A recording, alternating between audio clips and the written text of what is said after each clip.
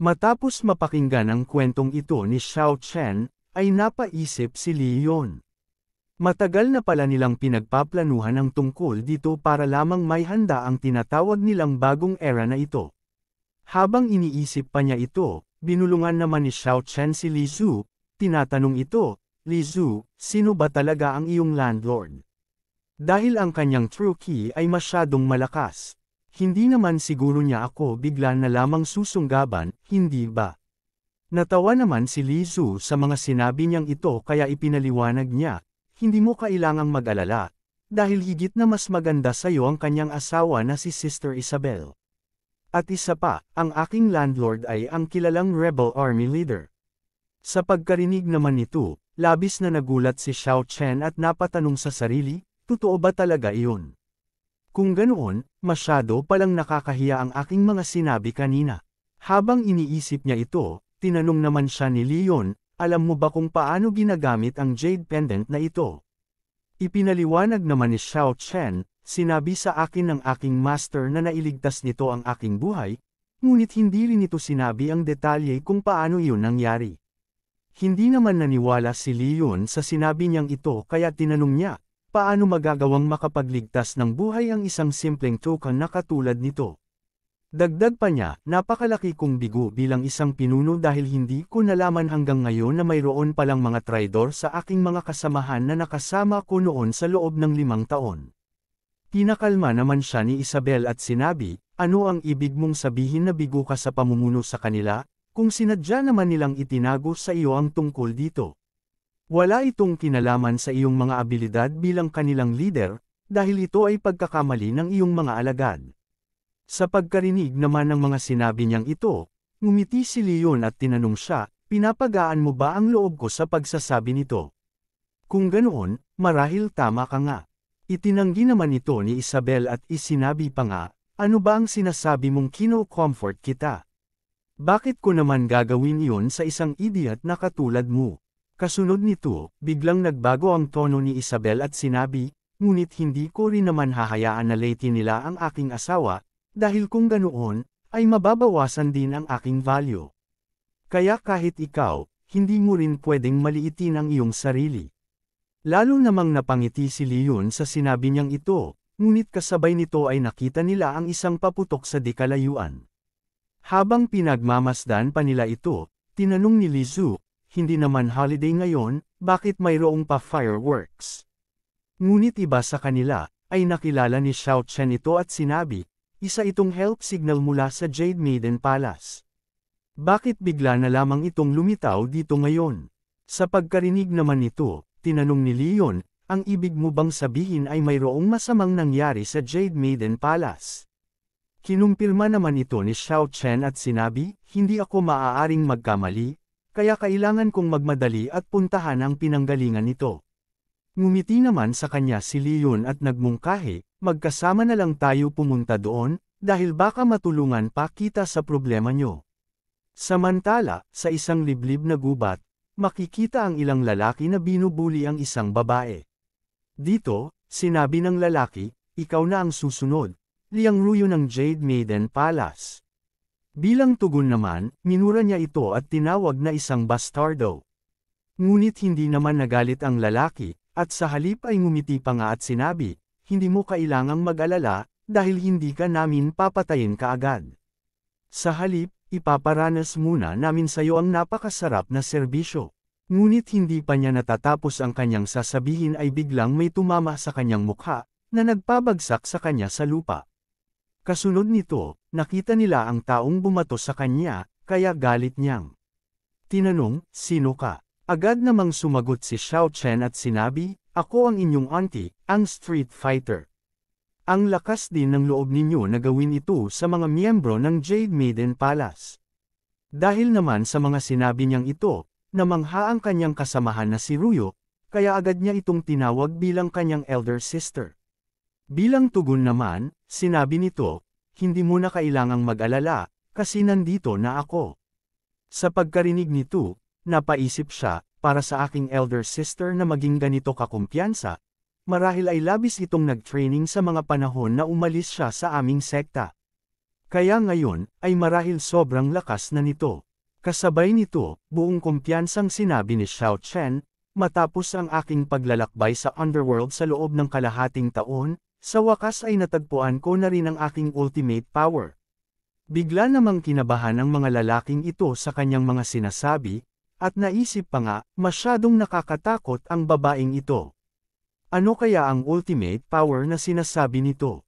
Ngunit habang nakatuon ang atensyon nilang lahat sa kanya, bigla naman itong sumigaw at humingi ng tulong.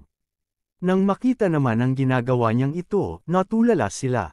Susubukan sanang tanungin siya ni Ruyo kung ano ang kanyang ginagawa, ngunit bago pa niya magawa iyon, sinigawan siya ni Xiao Chen at sinabi, "Bakit nakatulala ka pa dyan? Bakit hindi mo ako sabayan sa pagsigaw para humingi ng tulong? Dahil hindi natin sila matatalo ng tayong dalawa lamang. Gusto mo bang paglaruan kanila mamaya at pagkatapos ay masayang bumuo ng pamilya kasama ang mga bastardong ito?" Sa kabilang banda, nagsimula namang tumawa ang mga lalaking ito at sinabi, "Kahit sumigaw pa kayo hanggang sa mabutas ang inyong mga lalamunan, walang darating dito para iligtas kayo. Dahil ang inyong mga buhay ang magiging foundation ng binubuo naming bagong era." Ngunit kasasabi pa lamang niya nito ay nagulat siya dahil narinig niyang sumabog ang ulo ng kanyang mga kasamahan sa kanyang likuran. Sa sandaling bumagsak ang mga ito sa lupa, napatanong siya, ano ang nangyari? Ngunit sa sandaling gawin niya iyon, nakita niya si Leon na nakatayo sa kanyang likuran.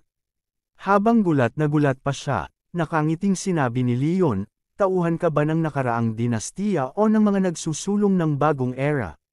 Hindi naman siya sinagot nito, at sa halip ay tinanong siya nito kung sino siya. Kasabay nito, naisip niya, masyadong malakas ang isang ito. Kung gusto kong manalo laban sa kanya, kailangan kong tawagin ang iba ko pang mga kasamahan na pumunta dito at e-ambush siya. Kasunod nito, nagpakawala na siya ng signal flare at sinabi, "Ang cloud-piercing arrow na ito ang siyang tatawag sa libo-libo naming mga kasamahan at cavalry patungo dito." Matapos namang magliwanag ang kalangitan dahil dito, nagkatitigan ang dalawa. Pagkatapos, ngumiti siya at sinabi, "Kung ikaw lang mag-isa ang aming kalaban, wala kang laban sa amin. Kaya kung gugustuhin mo, ay pwede ka pang tumakas habang wala pa ang mga kasamahan ko dito." Ngunit pagkasabi niya nito, ay nanatiling nakangiti si Leon. Kaya nagtatakang lumingon sa paligid ang lalaki at naisip, nasaan na ang mga kasama ko? Bakit wala pa rin sila dito ngayon?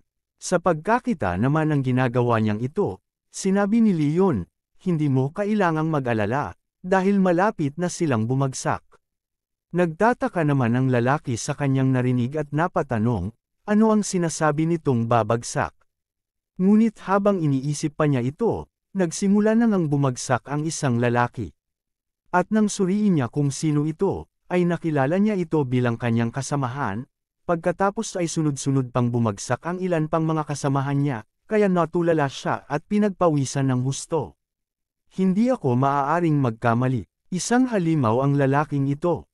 Sa kabilang banda, tinanong siya ni Lee, "Yun, pwede mo na bang sabihin sa akin ngayon ang mga detalye ng bagong era na sinasabi mo kanina? Dahil sa ngayon, ay talagang sobrang curious na ako." Habang nag-iisip pa ang lalaking ito kung sasabihin na ba niya ang kanyang nalalaman, tinanong naman ni Ruyo si Xiao Chen, "Elder sister, paano mo nagawang makapag-hire ng ganito kalakas na tao?" Buong pagmamalaki namang sinabi nito, "Siyempre, iyon ay dahil sa nakakamangha kong personalidad." Hindi naman naniwala si Ruyo sa kanya at sinabi pa nga, "Elder sister, talaga bang umabot ka na sa puntong iyon? Hindi pa rin ako makapaniwala na ang head disciple ng aming Jade Maiden Palace ay ibinenta na ang kanyang sarili sa ibang tao." Galit namang itinanggi ito ni Xiao Chen at sinabi, "Ano ba ang pinagsasasabi mo? Hindi ko binenta ang aking sarili." Sa kabilang banda, nilapitan na ni Leon ang lalaking ito at tinanong siya, "Ano ang pangalan mo at sino ang iyong superior?" Ngumiti naman ito at sinabi na ang kanyang pangalan ay Su Taohua, at ang kanyang superior naman ay ang kilalang si Zhang San. Ngunit kasasabi pa lamang niya nito, ay bigla siyang nagulat nang hawakan ni Leon ang kanyang braso. Pagkatapos gawin ito, narinig niya ang malutong na pagkabali ng kanyang buto. Kaya agad siyang napasigaw sa sobrang sakit na kanyang dinaranas ngayon. Habang nanginginig pa ito sa matinding sakit, muli siyang nilapitan ni Leon. Ngumiti sa kasinabi, hindi mo kailangang mag-alala dahil hindi kita papatayin kaagad. Unti-unti kitang pahihirapan hanggang sabihin mo sa akin ang iyong nalalaman. Ngunit sa kabila ng kanyang dinanas, ngumiti pa rin ito at sinabi, ang pangalan ko ay Lizzie. Sa pagkarinig nito, ay hindi na pinakinggan ni Leon ang kanyang mga sasabihin pa. Sa halip, ngumiti din ito at sinabi, mukhang hindi ka talaga ganoon kadaling paaminin. Sa pagkakataong ito naman, nagsalita na si Xiao Chen at sinabi, hindi maganda ang ginagawa mong iyan. Dahil ang patay na baboy ay hindi na matatakot sa pinakuluang tubig. Sayang nga lamang at hindi ako magaling sa pag-interrogate ng mga tao. Kaya, ano kaya ang posible nating gawin para mapaamin natin ito? Oy Lods, sandali lang. Na-enjoy mo ba tong video? Kung oo, baka gusto mong suportahan ang channel sa simpleng paraan. Walang dagdag gastos sa'yo. May TikTok affiliate link tayo sa comment section at description. Pag-click mo ng link, visit mo lang showcase ko. At kung may magustuhan ka, at bibili ka naman talaga gamitin mo na, yun, malaking tulong yan para makagawa pa tayo ng mas maraming content. Don't worry, wala yan dagdag sa price mo. At kung wala naman dyan ang hinahanap mo, message mo lang ako para i-add natin. Salamat idol. Balik na tayo sa video. Tumawa naman ang lalaking ito at sinabi, bakit hindi mo na lang kaya gamitin ang iyong katawan para mapaamin ako? Dahil kung gagawin mo iyon, kusa kong sasabihin ang lahat ng aking nalalaman. Kasabay nito, naisip niya, sa palagay ba ng mga ito ay mapapaamin nila ako? Dahil kahit sa kamatayan, hindi ako natatakot. Ngunit kasasabi pa lamang niya nito, muling nagkomento si Xiao Chen at sinabi, ang tangi ko lamang naiisip na paraan para mapaamin siya ay pakainin ito ng pampalibog at pagkatapos ay ihagis siya sa kulungan ng mga German Shepherd. Ngunit sa aking palagay, masyado pa ring matibay ang loob nito kaya hindi pa rin siya aamin. Paano kaya kung subukan nating durugan ang kanyang mga daliri sa paa ng isa-isa gamit ang mga bato? O di kaya ay isaksak natin sa kanyang puwet ang kandila sa kasindihan ito? O pwede rin namang mga paputok ang ilagay natin doon. Bukod doon, mayroon pa akong nalalamang 26 pang paraan. Ngunit sa palagay ko, hindi rin iyon gagana sa kanya. Labis namang kinabahan ng lalaking ito matapos marinig ang lahat ng sinabi ni Xiao Chen, habang si Leo naman ay may pagdududang tinanong siya, ano nga ulit ang pangalan ng inyong clan? Agad din naman niyang sinagot ito, iyon ay Jade Maiden Palace. Dahil dito, ngumiti ng nakakatakot si Leon at sinabi, dahil nagsalita na ang head disciple ng Hell Maiden Palace, isasagawan na natin ang lahat ng iyon sa iyo. Sa sandaling ito ay pinalitan na ni Leon ang pangalan ng kanilang sekta ng mas angkop sa paraan nila ng pag-torture. Samantala matapos marinig ang sinabing ito ni Leon, ay hindi na nagmatigas pa ang lalaking ito at agad na sumigaw, hindi mo na kailangang gawin iyon. Sasabihin ko na ang lahat ng aking nalalaman. Sa pagkarinig naman nito, agad siyang tinanong ni Leon, ano ang inyong objectives at saan kayo nagmula? Agad naman itong sumagot at sinabi, nagmula kami sa border at natanggap namin ang utos na lipulin ang lahat ng mga underworld clans. At ang Jade Maiden Palace ang ikatlo sa aming target. Sa pagkarinig naman nito, galit na tinanong ni Ruyo, bakit niyo ginagawa ito sa amin? Ano ba ang ginawa naming mali sa inyo? Sinabi naman ng lalaking ito, ginagawa namin iyon para sa True Key Ores. Dahil ang lahat ng mga True Key Ores ay nasa kontrol ng imperyo. Ngunit bago pa niya may tuloy ang kanyang sasabihin, galit na minura siya ni Xiao Chen at sinabing, mga halimaw kayo. Ginagamit niyo ba ang True Key ng mga tao para makabuo kayo ng True Key Ores? Si Leon naman ang sumagot para sa kanya at sinabi, hindi iyon maaari. Dahil imposible iyon at ang tsansa na magawa iyon ay halos zero. At kung katulad ng lalaking ito ang gagawa ng bagay na iyon, mangangailangan siya ng 20 taon para lamang makapag-transform ng True Key Ores. Kasunod nito, tinanong niya ang lalaki, na-master niyo na ba ang teknik sa paggawa ng bagay na ito? Agad naman itong itinanggi ng lalaki at sinabi, hindi ko alam. Dahil sumusunod lamang ako sa mga utos. Sa pagkarinig naman nito, tinanong siya ni Leon, kung ganoon, sino ang iyong boss? Sinabi naman nito, siya ay ang descendant ng nakaraang dinastiya, si Zhao Chuan. Kasunod naman nito, sinabi ni Leon, ito na ang aking huling tanong, sino ang bumuo ng Rebel Army's Jade Pendant na ito? Ngunit sa sandaling sasabihin na niya iyon, nagsimulang magdugo ang mga mata ng lalaking ito. Pagkatapos, samuka siya ng dugo hanggang sa tuluyan na itong bumulagta at nawalan ng buhay. Habang pinagmamasdan naman nila ang bangkay ng lalaking ito, nagtatakang tinanong ni Ruyo, patay na ba talaga ito? Si Xiao Chen naman ay nagtanong, nagpakamatay ba ito sa pamamagitan ng pag-inom ng lason? Habang naguguluhan naman ang dalawa, sinimulang suriin ni Leon ang katawan ng lalaki. Dito, ay sinabi niya, hindi siya nalason dahil walang pagbabago sa kanyang dugo. Sa halip, instant death ang nangyari sa kanya. At kahit ako, hindi ko rin nakita kung ano ang kanyang ginawa para bigla na lamang mangyari iyon sa kanya. Kasunod naman nito, inaya na niya ang dalawa, bumalik na muna tayo sa lungsod ngayon, at magdadala ako ng ilang tao mula sa Six Doors para magsagawa ng autopsya sa bangkay nito.